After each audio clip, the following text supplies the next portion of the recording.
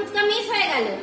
ফুচকা খাও। এবার দেখো জিলেবি ভাজছি, এই যে এরকম করে জিলেবি খাও। এই দুটো আঙুল বার করো,